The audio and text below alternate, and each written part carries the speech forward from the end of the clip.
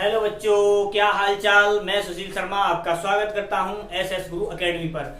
आज हम क्या आपके लिए जो भी आपके 2022 में ऑब्जेक्टिव टाइप यानी बहुविकल्पी वाले क्वेश्चन आए हैं वो लेके आए हैं, तो हम उन्हीं को आज सॉल्व करेंगे। तो क्या हमारा जो पहला क्वेश्चन है वो कह रहे हैं निर्वात की विद्युतशीलता का मात्रक होता है। तो देखो इसमें चार चार ऑब्जेक्ट दिए हैं, मैं डायरेक्टली आपको वही आंसर बताया करूंगा। तो क्या है, जो निर्वात की विद्युतशीलता होती है उसका मान होता है 8.85 10⁻⁻12 कूलाम स्क्वायर प्रति न्यूटन मीटर स्क्वायर, ये होता है। तो अगर इसके मात्रक की बात की जाए तो मात्रक ये लिखा है, क्या हो जाएगा, कूलाम स्क्वायर प्रति न्यूटन मीटर स्क्वायर हो जाएगा, और इसकी वैल्यू ये हो गई। ठीक है, अब आपको सेकंड क्वेश्चन है, इसमें दे रखा है आपको, ये दे रखा है बीच में एक कैपेसिटर लगा है और यहाँ पर ए पॉइंट है, यहाँ बी है और यहाँ से और कैपेसिटर लगे हैं, ये लो। इस प्रकार से आपका एक फिगर बना हुआ है। ठीक है, ये और 3-3 माइक्रोफैरड के हैं, ये सभी कितने हैं, 3 माइक्रोफैरड के हैं सभी, ये भी है 3 माइक्रोफैरड का है। अब ये कह रहे हैं ए और बी के बीच में तुल्य धारिता निकालनी है। तो इसमें तुल्य धारिता कैसे निकालेंगे, तो देखो यहां से करंट चलेगी तो ये सभी श्रेणी क्रम में हो जाएंगे, और श्रेणी क्रम में जो धारिता का सूत्र होता है वो होता है 1/C1 + 1/C2 + 1/C3। यहां से वैल्यू रखेंगे तो देखो 1/3 1/3 1/3 टोटल मिला के सी का जो मान आएगा वो आ जाएगा 1 माइक्रोफैरड। अब क्या है, अब ये वाला इसके साथ बनेगा समांतर क्रम में। तो समांतर क्रम में क्या होता है, जैसे सी डैश बराबर हमने कर दिया C प्लस का, इसे 3 सीधा डायरेक्टली लिख दे रहे हैं, 3 माइक्रोफैरड ही है, और इसका मान कितना आया, 1 ये और 3 ये, टोटल हो जाएगा आपका 4 माइक्रोफैरड। यानी इसका जो तुल्य धारिता हो जाएगी वो हो जाएगी आपकी 4 माइक्रोफैरड हो जाएगी, यानी थर्ड ऑप्शन सही हो जाएगा। अब क्या कह रहे हैं, देखो मैंने क्वेश्चन लिखे नहीं है, आपको ध्यान से सुनने हैं। एलसीआर श्रेणी परिपथ के लिए अनुनाद अवस्था में लिए गए विभवांतर और धारा के बीच कलांतर है। तो इसमें ऑब्जेक्ट दे रखे हैं, तो देखो कैसे निकालेंगे।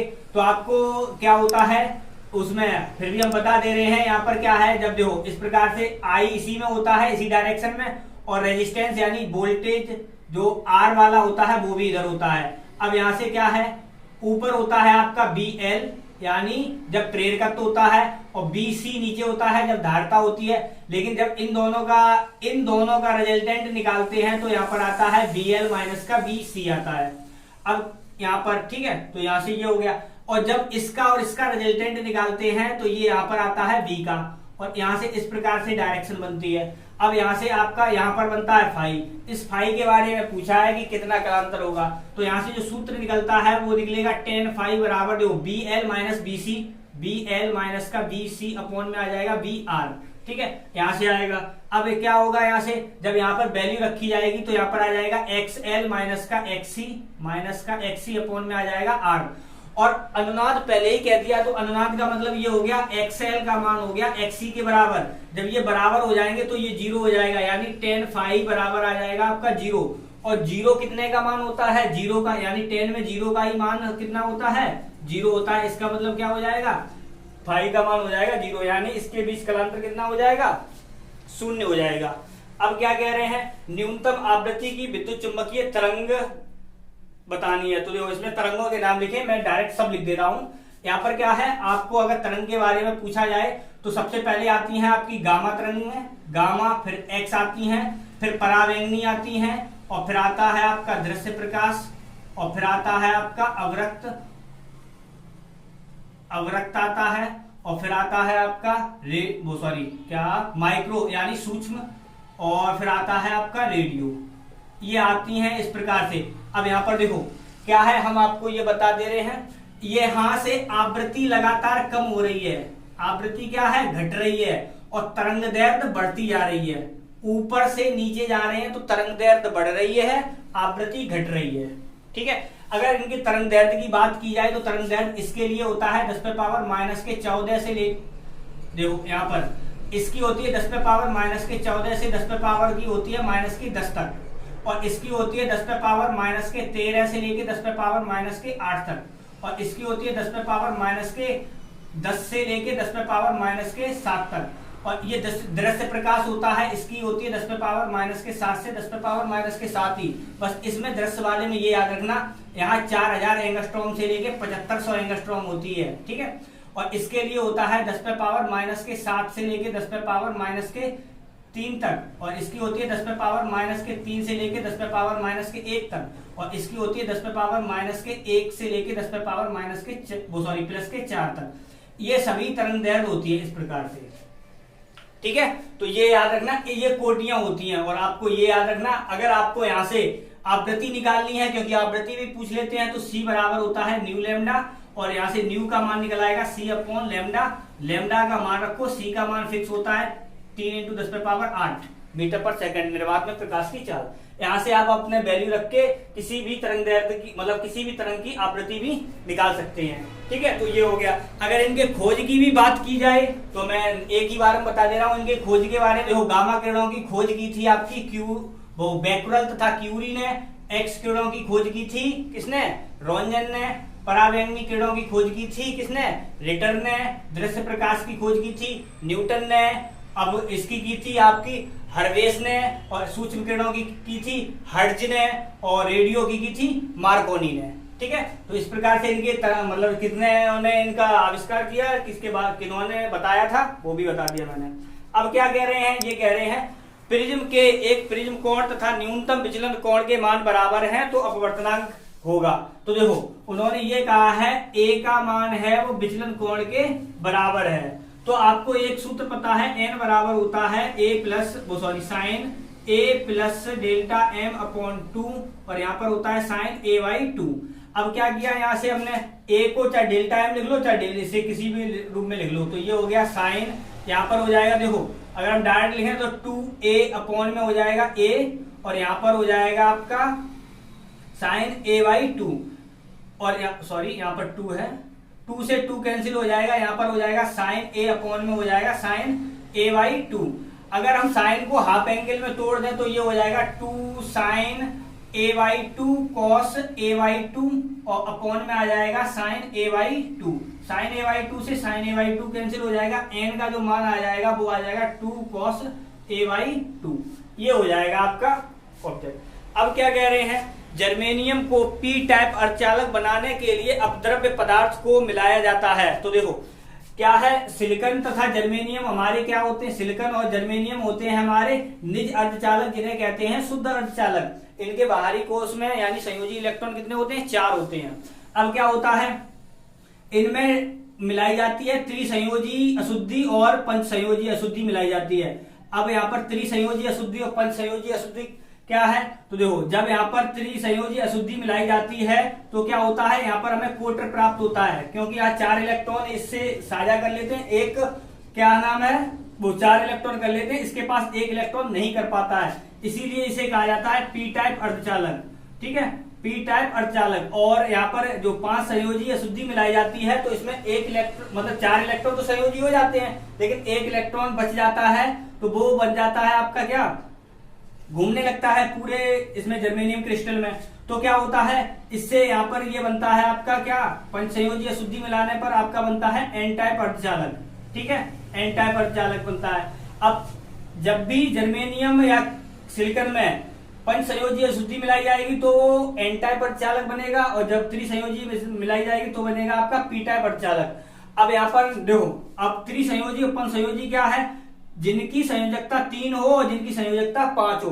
तो संयोजकता 3 वाला हम बताते हैं तो क्या होता है, नाइट्रोजन होता है, फास्फोरस, आर्सेनिक, एंटीमनी, बिस्मथ होता है, ठीक। और पंचसंयोजी में क्या हो जाएगा, जिनकी संयोजकता 5 है वो हो जाएगा आपका क्या हो जाएगा, 5 संयोजकता वाला, यानी वो सॉरी यहाँ पर गलत, एक त्रिसंयोजी, ये गलत हो गया, सॉरी 5, यानी त्रिसंयोजी में आएगा आपका बोरॉन 5 हो गया, boron, aluminium, gallium, indium, thallium, ये होगा। और पंचसंयोजी में क्या आ जाएगा, नाइट्रोजन आ जाएगा, फास्फोरस आ जाएगा, आर्सेनिक आ जाएगा, एंटीमनी आ जाएगा, बिस्मथ आ जाएगा, ठीक है। तो पंचसंयोजी में 5 संयोजकता वाले, त्रिसंयोजी में 3 संयोजकता वाले मिलाए जाते हैं।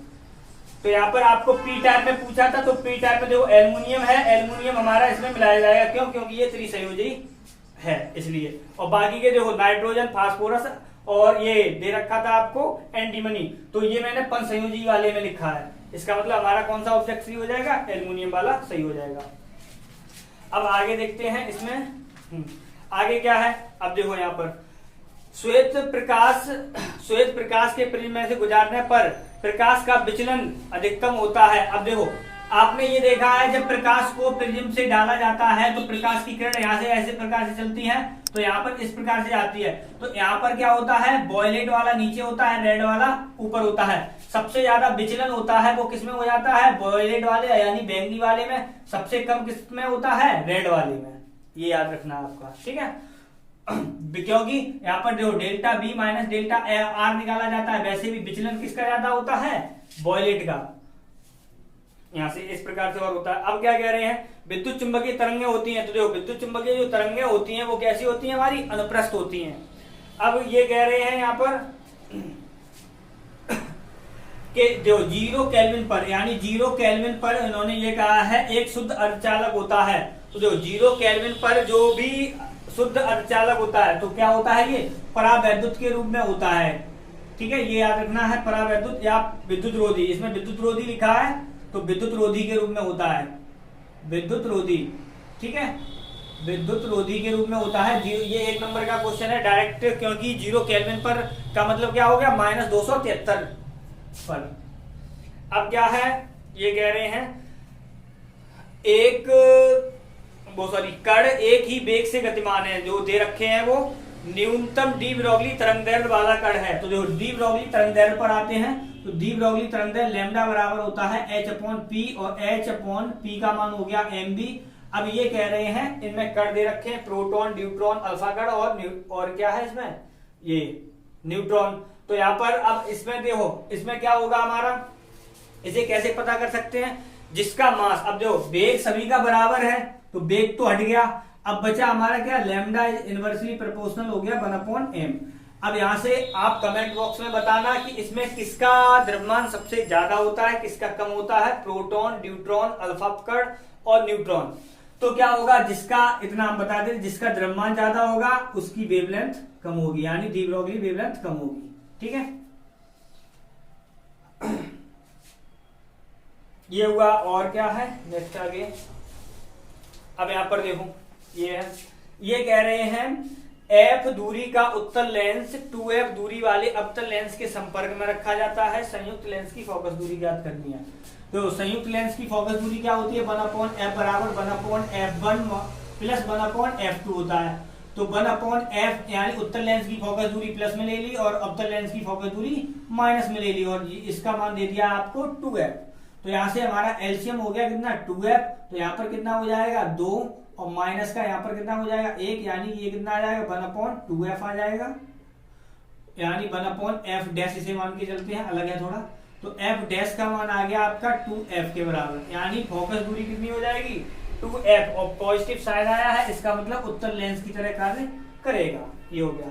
अब क्या कह रहे हैं, प्रकाश वैद्युत प्रयोग में आपतित प्रकाश की आवृत्ति तथा निरोधी विभव b के बीच ग्राफ का ढलान होता है। तो देखो जब इसका ग्राफ खींचा जाता है निरोधी विभव और आवृत्ति के बीच में, तो क्या होता है, इस प्रकार से कट होता है, ये यहाँ आता है फिर इस प्रकार से जाता है, और यहाँ पर होता है आपका h/e, और यहाँ पर भी यहाँ से प्रवणता निकाली जाती है। तो tan थीटा का जो मान आता है वो आता है h/e के बराबर।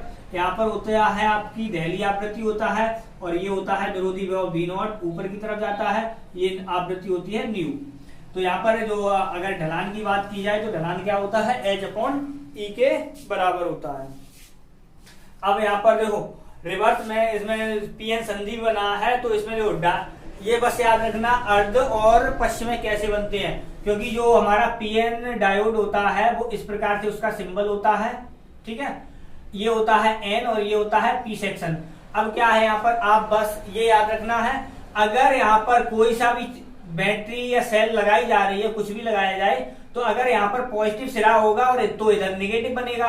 तो P को अगर हम पॉजिटिव से जोड़ दें, N को निगेटिव से जोड़ दें, तो वो बनेगा आपका अग्रदिशिक में। अगर इसे ही हम उल्टा कर दें, यहाँ पर हम बैटरी का निगेटिव ले लें और यहाँ पर बैटरी वो पॉजिटिव ले लें, तो P सेक्शन हमारा किससे जुड़ गया है, निगेटिव से, और N सेक्शन किससे जुड़ गया है, प्लस से। तो ये बन जाएगा आपका रिवर्स यानी पश्च दिशिक बन जाएगा, या उत्क्रम दिशिक बन जाएगा, या उत्क्रम अभिनत बन जाएगा। ठीक है, ऐसे कह सकते हैं। अब क्या है नेक्स्ट क्वेश्चन है, दो बिंदु आवेशों के बीच F न्यूटन स्थिर वैद्युत बल कार्य करता है। यदि आवेशों को K परावैद्युतांक के माध्यम में रख दिया जाए तो क्या होगा। तो आपका क्या है, जो कूलाम का नियम है, कूलाम का नियम क्या होता है, F बराबर होता है 1/4 पाई एप्सिलॉन नॉट के, जब कुछ नहीं होता है तो ये है, और Q1 Q2 अपॉन में होता है R स्क्वायर। अब यहां से क्या हो जाएगा, अगर कोई जब माध्यम रख दिया जाता है तो हमने जैसे F डैश मान लिया तो ये हो जाता है 1/4 पाई एप्सिलॉन नॉट, और यहाँ पर आ जाता है K Q1 Q2 अपॉन में हो जाता है R स्क्वायर।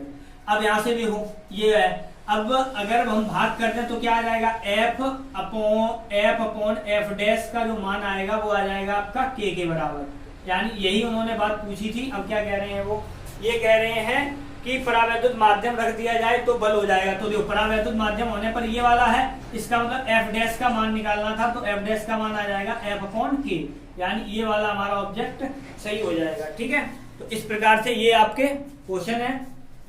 अब क्या है, और कह रहे हैं L लंबाई के एक तार को वृत्ताकार कुंडली के रूप में मोड़ दिया जाता है, यदि आवेशों को K परावैद्युतांक के माध्यम में रख दिया जाए तब यह बल कितना, तो I प्रवाहित करने पर, कुंडली में धारा I प्रवाहित करने पर केंद्र पर चुंबकीय क्षेत्र, तो देखो कुंडली के केंद्र पर चुंबकीय क्षेत्र कितना होता है, B बराबर होता है μ0/2 पाई, और ये होता है I अपॉन R के रूप में। ठीक है, अब क्या कह रहे हैं वो, ये कह रहे हैं कि अगर हम क्या करें यहां से, अच्छा ये ठीक, हाँ अब क्या, अगर देखो पतले तार को ले लेते हैं तो यहां से क्या होता है, ये हट जाता है, तो यहाँ पर रह जाता है सिर्फ कितना 2 रह जाता है। अब यहाँ पर यही वाला सूत्र लेना है हमें, और क्या कह रहे हैं, अब देखो एक तार है, तार की लंबाई मान लो L, तो तार को किसमें, वृत्ताकार में मोड़ा जा रहा है, तो इसका मतलब L बराबर क्या हो जाएगा 2 पाई R हो जाएगा। अब यहाँ से एक सेकंड, हाँ अब यहाँ से R का मान निकालना है, क्योंकि L बराबर, तो यहाँ से R का मान कितना आ जाएगा, R का मान L अपॉन क्या आ जाएगा 2 पाई आ जाएगा, तो यहाँ से रख दो, तो B बराबर हो जाएगा μ0/2, और ये रहा I का मान, तो I है ही, और ये हो जाएगा L अपॉन 2 पाई, तो 2 से 2 कैंसिल हो जाएगा, पाई ऊपर पहुंच जाएगा, तो ये हो जाएगा μ0 पाई I अपॉन में हो जाएगा आपका L, ये वाला आपका ऑब्जेक्ट सही हो जाएगा। ठीक है, अब क्या कह रहे हैं, देखो यहाँ पर यदि λ1 λ2 क्रम से दृश्य प्रकाश एक्स किरणें और सूक्ष्म तरंगों की तरंगदैर्ध्य है तो निरूपित कीजिए। देखो तरंगों के बारे में मैंने लिख दिया है, अब आप खुद ही बता सकते हैं क्या होगा। यहाँ पर देखो उसी के अनुसार है, अब ये नहीं ज्यादा बता रहे हैं। अब आगे क्या है, ये कह रहे हैं यदि सघन माध्यम में सघन माध्यम में बृहद माध्यम गमन करता है प्रकाश, तो आपतन कोण क्रांतिक कोण के बराबर है, तो अपवर्तन कोण कितना होता है ना, क्योंकि क्रांतिक की स्थिति कब आती है, जब अपवर्तन कोण का मान हो जाता है 90 डिग्री, यानी π/2, तो ये वाला हमारा ऑप्शन सही हो जाएगा, सीधा ही लिखा रहा हूं। तो हाइड्रोजन परमाणु के वर्णक्रम में पाषाण श्रेणी के वर्णक्रम की रेखाओं की न्यूनतम तरंगदैर्ध्य है। तो देखो पाषाण के लिए क्या करते हैं, हमारा जो सूत्र होता है 1/λ बराबर होता है R 1/n1 का स्क्वायर माइनस 1/n2 का स्क्वायर। अब क्या होता है, पहली होती है लाइमन, फिर बामर होती है, और फिर होती है पाषाण। ठीक है, तो तीसरी है, इसका मतलब है यहाँ पर n बराबर, यहाँ पर कितना है, n बराबर 3 का स्क्वायर माइनस 1/4 का स्क्वायर। अब यहाँ से इसे सॉल्व कर देना है, तो कितना हो जाएगा एक सेकंड, यहाँ पर न्यूनतम के लिए पूछा है, तो देखो न्यूनतम के लिए मैंने क्या बताया है आपको, न्यूनतम के लिए यहाँ पर जो 1/3 का तो स्क्वायर रहेगा एक, अगर न्यूनतम पूछे तो n2 का मान हो जाता है जाके अनंत, और अगर अधिकतम पूछे तो यहाँ पर n का मान हो जाता है आपका 4, तो यहाँ पर 3 का पर कितना हो जाएगा 9, तो 1/r/9 हो जाएगा। ये चलेगा आपका क्या 1/λ, तो लैम्डा का मान कितना हो जाएगा 9/r हो जाएगा। ठीक है, तो ये पहला वाला ऑप्शन हो जाएगा। अब क्या कह रहे हैं, ये कह रहे हैं विद्युत चुंबकीय तरंग के विद्युत तथा चुंबकीय क्षेत्र सदिश क्रम से वेक्टर ई तथा वेक्टर बी है, तरंग संचरण की दिशा प्रदर्शित होगी। तो देखो यहाँ पर अब क्या है, आपकी जो तरंग होती है वो इस प्रकार से, विद्युत चुंबकीय तरंग इस प्रकार से बनाया जाता है। इसमें क्या, ये वेक्टर ई मान लिया मैंने, और इधर होता है वेक्टर बी, और ये संचरण नियतांक के होता है, और यहाँ पर हमने जैसे वेक्टर बी मान के ये रहा वेक्टर ई और ये वेक्टर बी है, यानी वेक्टर बी का मतलब है इधर चल रहे हैं। ठीक है, तो ये वेक्टर ई है। तो यहाँ पर क्या होता है, हम तीनों बता दे रहे हैं। वेक्टर ई होता है वो परपेंडिकुलर वेक्टर बी के होता है, और बी होता है परपेंडिकुलर वेक्टर के। कहने का मतलब क्या होगा, ये तीनों ही आपस में क्या होते हैं, लंबवत होते हैं। और लंबवत होने के लिए हम क्या यानी ई क्रॉस बी भी लिख सकते हैं ऐसे। तो यही ऑप्शन में आपका दिया है। ठीक है, तो आज के लिए इतना ही रखते हैं। अगर वीडियो आपको पसंद आया हो तो वीडियो को लाइक करें, चैनल पर नए आए हो तो चैनल को सब्सक्राइब करें और अपने दोस्तों के साथ शेयर करें। बाय।